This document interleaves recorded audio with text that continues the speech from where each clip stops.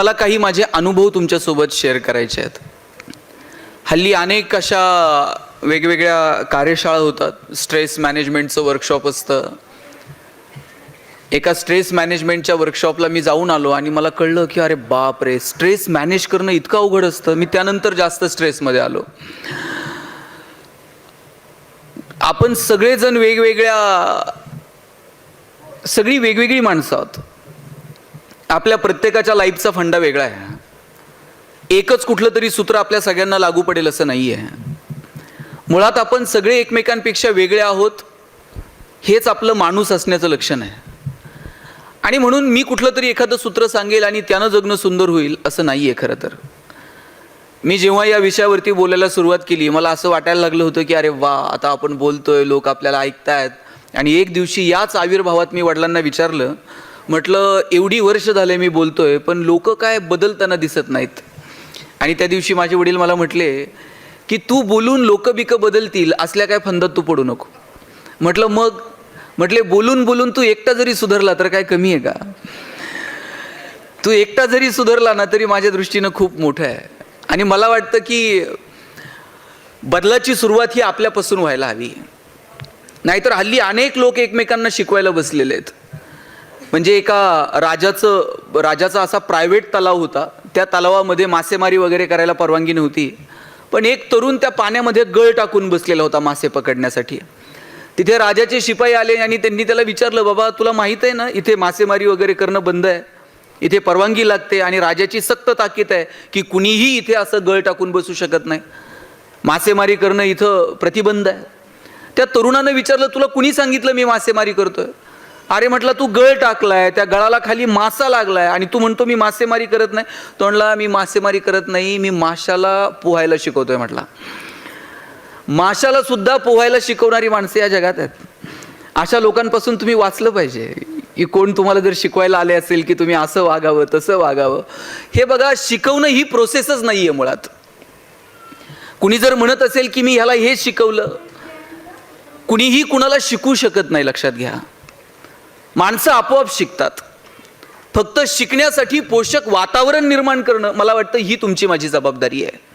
एखादा शेतकरी म्हणतो हे आंब्याचं झाड मी वाढवलंय म्हणजे काय केलं? शेतकरी असा खोडात शिरतो आणि फांद्या फांद्यानं वाढत जातो का? असं नाही होत. खरं तर शेतकरी फक्त त्याला पोषक वातावरण निर्माण करतो, ते झाड आपोआप वाढतं. तसं पोषक वातावरण निर्माण करणं, मला वाटतं ती आपली सगळ्यांची जबाबदारी आहे.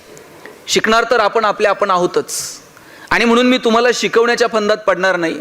आणि माझी तुम्हा सगळ्यांना एक विनंती आहे, तुम्ही सुद्धा माझ्या हो मध्ये हो मिसळू नका. मी असं म्हटलं म्हणजे तेच खरं आहे, मी असं बोललो म्हणजे तेच बरोबर आहे, असं नाही आहे. आपण हुशार आहोत सगळेजण. कुणीही माझ्या हो मध्ये हो मिसळण्याचा प्रयत्न करू नका. आपली अडचण काय झाली आहे माहिती आहे का? की कुणी सांगितलं हे असं करा, मग आपण म्हणतो हां तसं करून पाहूयात. कुणी सांगितलं हे असं वागलं पाहिजे, मग आपण तसं वागून बघूयात. आपण माणसं आहोत, आपण चिकित्सा केली पाहिजे. हे सांगतायत ते बरोबर आहे का? हे मला पटतंय का? मी या पावलांवरती 4 पावलं चाललो पाहिजे का? मला वाटतं याचा स्वतंत्र विचार माणूस म्हणून आपण सगळ्यांनी केला पाहिजे. आजवर कुणीतरी सांगत आलं हे असं आहे, आपण त्याच्यावरती विश्वास ठेवत आंधळेपणानं चालत राहिलो आणि त्याचे परिणाम आपल्याला भोगावे लागले. आपण सगळे एकमेकांपेक्षा वेगळे आहोत. आपल्या सगळ्यांचं जगणं वेगळं आहे. आणि म्हणून आपली चिकित्सा आपण करूयात, विचारांची चिकित्सा करूयात आणि मग ठरवूयात की आपल्याला कुठे चालायचं आहे ते. मी एक तुम्हाला गंमत सांगतो. मी ज्या कॉलनीमध्ये राहतो तिथे त्या बिल्डिंगमधून मी असा खाली उतरत होतो आणि खाली उतरताना ज्या लिफ्टमधनं मी खाली उतरलो त्या लिफ्टच्या बाहेर एक छोटंसं गार्डन आहे आणि त्या गार्डनमध्ये एक आजी बसलेली असायची. त्या आजीसोबत तिच्या 4-5 मैत्रिणी असायच्या. आणि एक दिवशी गडबडीत मी निघालेलो असताना मला त्या आजीनं प्रश्न विचारला, गणेश तू ते कपड्याचं दुकान सुरू केलंय ते बरं चाललंय ना रे? माझं कोणतंही कापडाचं दुकान नाही. पण आजीनं मला विचारलं, तुझं ते कापडाचं दुकान नीट चाललंय ना? मी काय करायला हवं होतं? मी तिथेच थांबायला हवं होतं आणि आजीला सांगायला हवं होतं की आजी माझं कोणतंही कापडाचं दुकान नाहीये, तुम्ही मला हे काय विचारताय? पण मी म्हटलं कुठं आजीच्या नादाला लागता. मी आजीच्या हो मध्ये हो मिसळला आणि आजीला म्हटलं आजी कापडाचं दुकान 1 नंबर चाललंय म्हटलं. दुसऱ्या दिवशी परत मी लिफ्टमधनं खाली उतरलो. आजी तिच्या मैत्रिणींसोबत तिथंच बसलेल्या होत्या आणि आजीनं मला परत विचारलं तू ते भांड्याचं दुकान सुरू केलंय. म्हटलं आजी 1 नंबर. मी रोज तिथून यायचो. आजी रोज नवीन व्यवसाय सुरू करायला लावायची. मी कधीही तिला अडवलं नाही. रोज मी तिच्या हो मध्ये हो मिसळत गेलो. आजीने विचारलं तू ते चपलेचं दुकान सुरू केलंय बरं आहे ना बाबा. म्हटलं आजी खूप जोरात सुरू आहे. आणि आज मी माझ्या मित्रांसोबत खाली येत होतो. आजीनं मला विचारलं तू ते चपलांचं दुकान सुरू केलंय. मी म्हटलं हो आजी खूप छान चाललंय. मी पुढे निघालो. माझ्या मित्रांनी मला विचारलं कसलं दुकान आणि कधी सुरू केलं. म्हटलं अरे बाबा कशाचं दुकान आणि काय. ही आजी रोज नवीन व्यवसाय विचारते. मी पण तिच्या नादाला लागत नाही. मी रोज तिला हो म्हणतो आणि पुढे चालतो. कदाचित आजीला स्मृतिभ्रंश झालेला असेल. आजी रोज विसरते. मी रोज नवीन व्यवसाय सांगते. मी रोज तिला हो म्हणतो आणि पुढे जातो. मी माझ्या मित्रांना सांगत होतो आजीला स्मृतिभ्रंश झालेला असेल आणि माझ्या कानावर शब्द पडले. आजी तिच्या मैत्रिणींना सांगत होती मी म्हटलं होतं ना तुम्हाला याच्या डोक्यावर परिणाम आहे. याला काही म्हणा हे होच म्हणताय. हे नाही कशालाच म्हणत नाही. तुम्ही उद्या बघा नवीन व्यवसाय विचारा हे म्हणताय 1 नंबर चाललेला. अडचण कुठे माहितीये का. आपण हो मध्ये हो मिसळतो आणि पुढे निघतो. आपण थोडंसं थांबूयात विचार करूयात. अरे बाबा आहे का. आपल्याला इतकी गडबड झालेली माहिती आहे. आपण सगळेजण गडबडीत आहोत. प्रचंड व्यस्त आहोत आणि या व्यस्ततेमध्ये अंतर्मनात डोकवायला संधी नाही. कुठे थांबायला वेळ नाही. आपण फक्त या धावपळीत आहोत. आणि म्हणून मला सांगायचं की कधीतरी थोडंसं अंतर्मनात डोकावून बघू. आपल्या जगण्याचे संदर्भ काय आहेत. आपण जगतोय कशासाठी. आपल्याला नेमकं काय अपेक्षित आहे. 1-2 कडवी तुमच्यासाठी सादर करतो. काय सांगू राणी मला गाव सुटना. कसं सांगू राणी मला गाव सुटना.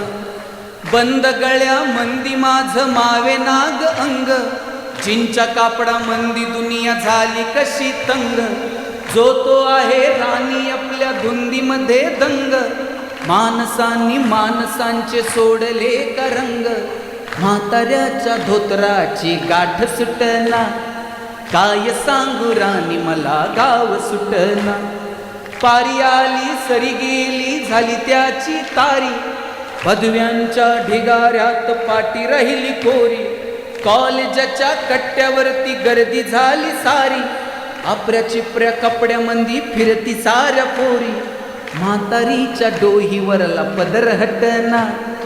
काय सांगू राणी मला गाव सुटना. शहरातली गाडी बघा धुमच गाणं गाती. भावनांनी भावनांशी तोडली का नाती. ओल चिंब पावसात ओली चिंब माती. शारदाच्या चांदण्यात भिजल्या कागराती. सर्जा राजाची जोडी माग हटना. काय सांगू राणी मला गाव सुटना. गावाकडची माणसं आमची कशी साधी भोळी. प्रेमाच्या या रंगामध्ये रंगते आमची होळी. दिवाळीच्या सणासाठी जमली ही मंडळी. सुरसुरीच्या सुरामंदी चाखू पुरणपोळी. चुलीवरल्या भाकरीची चवही सुटना. काय सांगू राणी मला गाव सुटना. कसं सांगू राणी मला गाव सुटना. गाव सुटना. गाव सुटना. थँक्यू.